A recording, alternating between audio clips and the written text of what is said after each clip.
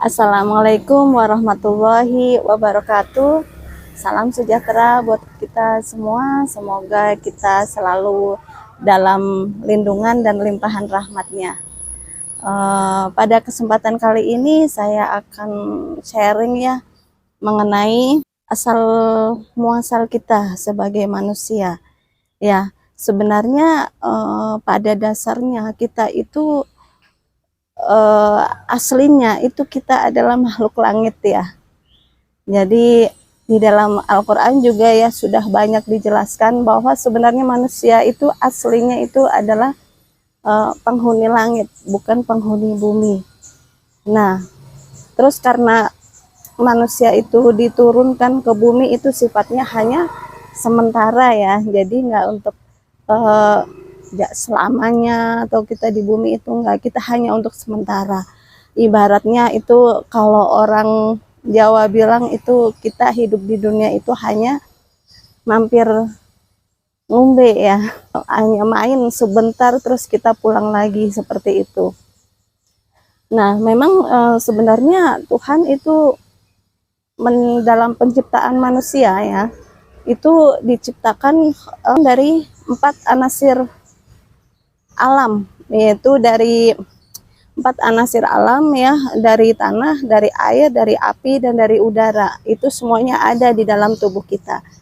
Ya, jadi di dalam penciptaan Nabi Adam juga itu dari tanah ya. Tetapi supaya hidup itu maka kutiupkanlah roh di dalamnya. Bayi usia 4 bulan di dalam kandungan, maka kutiupkanlah roh ke dalamnya sehingga ada kehidupan di dalamnya. Jadi bayi itu udah di dalam kandungan ibu itu 4 bulan ke atas itu udah ada tanda-tanda kehidupan, udah bisa makan, minum, atau bahkan merasakan gitu, karena masih dalam satu tubuh dengan sang ibu ya. Jadi apapun yang dimakan sama ibunya ya bayi itu makan, apa yang dirasakan sama ibunya ya bayi itu juga ikut merasakan. Apa ibunya seneng atau sedih atau bahagia, itu bayi juga ikut merasakan seperti itu. Jadi di dalam Al-Quran itu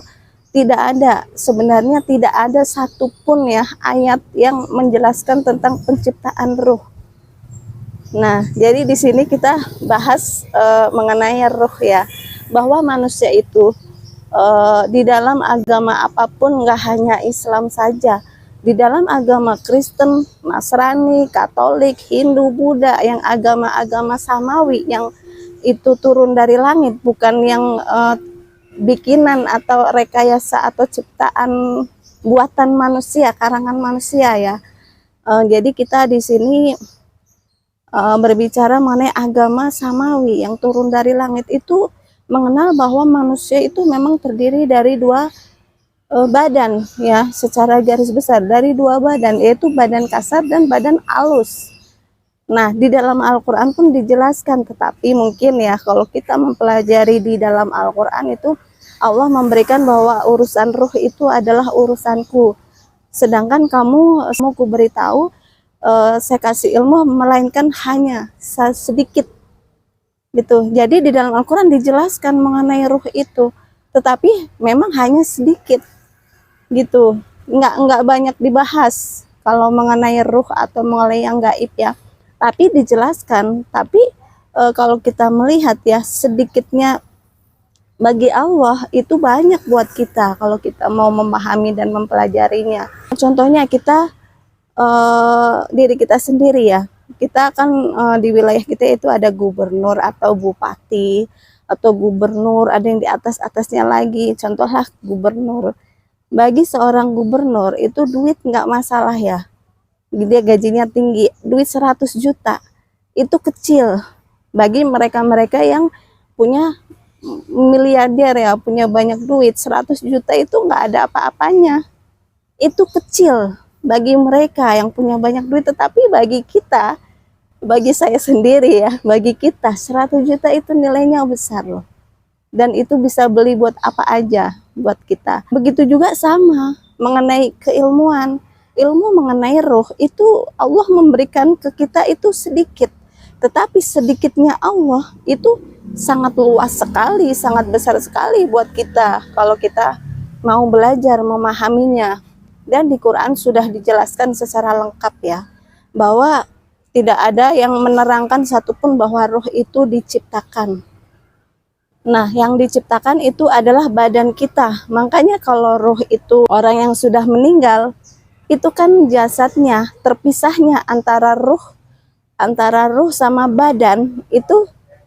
Kalau orang sudah meninggal, sudah tidak bernafas lagi, nah itu kan badannya dikubur. Ada yang dikubur, ada yang dihanyutkan di dalam sungai. Itu kebudayaan orang India ya, Hindu Buddha agamanya itu ada yang mengenal tradisi itu ya, menggunakan tradisi itu.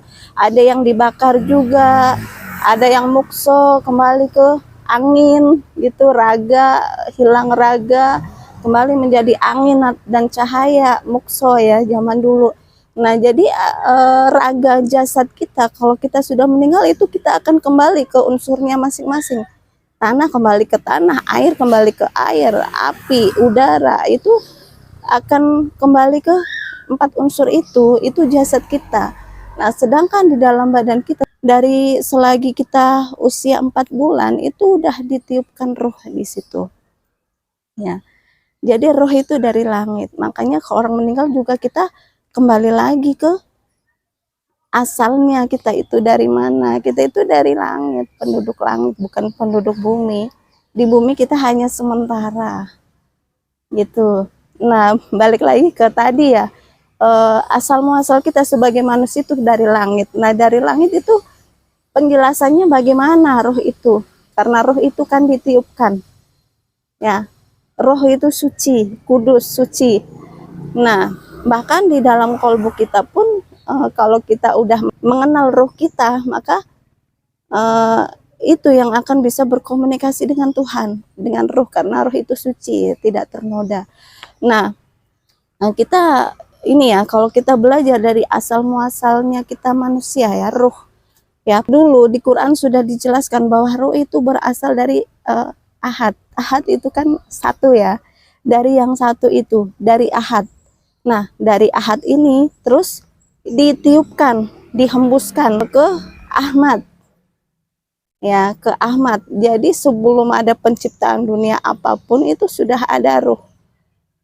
Dihembuskan ke Ahmad. Nah, Ahmad ini disebut umul ruh atau ruhullah. Jauh sebelum yang lainnya diciptakan itu ruh itu sudah ditiupkan ke dari ahad, ditiupkan ke Ahmad. Nah, dari Ahmad ini itu menjadi apa, umul ruh atau induknya, asal muasalnya itu dari situ. Umul kan induk, kayak induknya atau ibunya, tapi di sini kita tidak beranak ya, ruh itu ya.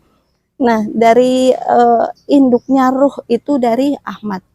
Nah, itu setelah Ahmad itu berpencar, terus terpencarlah menjadi Nur Muhammad. Nah, dari Nur Muhammad itulah terpencar menjadi 124.000 nabi. Itu yang disebut dengan Nur Muhammad, yang sampailah ke kita semua manusia itu ada Nur Muhammad di situ. Nah, terus dari sebelum itu terpencar dari Ahmad itu menjadi 313 Rasul. Nah, jauh sebelum Nabi Muhammad ya, Nabi Muhammad itu dilahirkan, itu dari pra Nabi Muhammad itu ada 313 Rasul gitu, yang asalnya itu dari Ruhullah, dari Ruh Ahmad itu ya. Nah, jadi 113 Rasul, terus terpencar lagi Nur Muhammad menjadi 124.000 nabi ya, 25 nabi dan rasul. Nah, 25 nabi dan rasul itu yang perjuangannya paling maksimal, paling bagus itu dari 25 itu ada 5 yang paling penyabar gitu kan. Ada 5 nabi pilihan, dari ada 5 nabi pilihan itu ada 1, yaitu Nabi Muhammad SAW yang terbaik, dan dari nabi yang lain yang komplit ya, yang lengkap dan yang sebagai penutup para nabi dan rasul gitu. Jadi jauh sebelum Nabi Muhammad dilahirkan itu ada 313 rasul. Ada roh itu yang terlempar ke tumbuhan, ada yang ke hewan, binatang, karena hewan tumbuhan itu juga dia ada ruhnya. Ada yang ke kita manusia. Dari sisi zahir manusia itu terdiri dari 4 unsur alam, tanah, air, udara, dan api. Nah, dari 4 unsur alam itu, yang bila mana kita sudah meninggal, itu ruhnya akan kembali ke asalnya, karena kita asalnya itu dari langit ya, dan jasad kita itu akan kembali ke 4 unsur alam tadi. Nah itu tawaf. Ruh itu bertawaf, makanya ada yang terpencar menjadi hewan, terlempar lagi menjadi tumbuhan, ada yang menjadi manusia. Manusia itu pun bermacam-macam ya. Ada manusia sebagai habib, ya ulama atau syekh atau kiai, ada yang dia mungkin beragama non muslim, ada dia orang baik, ada orang jahat. Nah itu terpencar-pencar. Karena ruh itu sebenarnya ada usianya. Maka di dalam Al-Quran itu ya, ada kuhidupkan kamu dan kumatikan lagi, kuhidupkan lagi dan kumatikan lagi, itu berputar terus. Jadi hidup, mati, terus hidup lagi, hidup mati lagi. Nah, sampai ada berapa kali putaran di situ. Makanya kalau kita mempelajari Al-Quran secara detail ya, itu sebenarnya ada kita itu dulunya siapa gitu, ada namanya titisan atau reinkarnasi ya. Kalau reinkarnasi itu kan bahasa Buddha, tetapi sebenarnya di Al-Quran ada, tapi memang ya bahasanya bukan reinkarnasi. Reinkarnasi kan itu Hindu Buddha ya, di luar Islam. Tetapi di Quran juga dijelaskan ada, kamu kuhidupkan lagi, kumatikan lagi, kuhidupkan lagi, kumatikan. Makanya ruh itu ada usianya gitu, usia roh. Ada orang yang dia umurnya muda, masih muda, tetapi rohnya itu sudah tua. Jadi dia udah bisa bersikap dewasa, terus bisa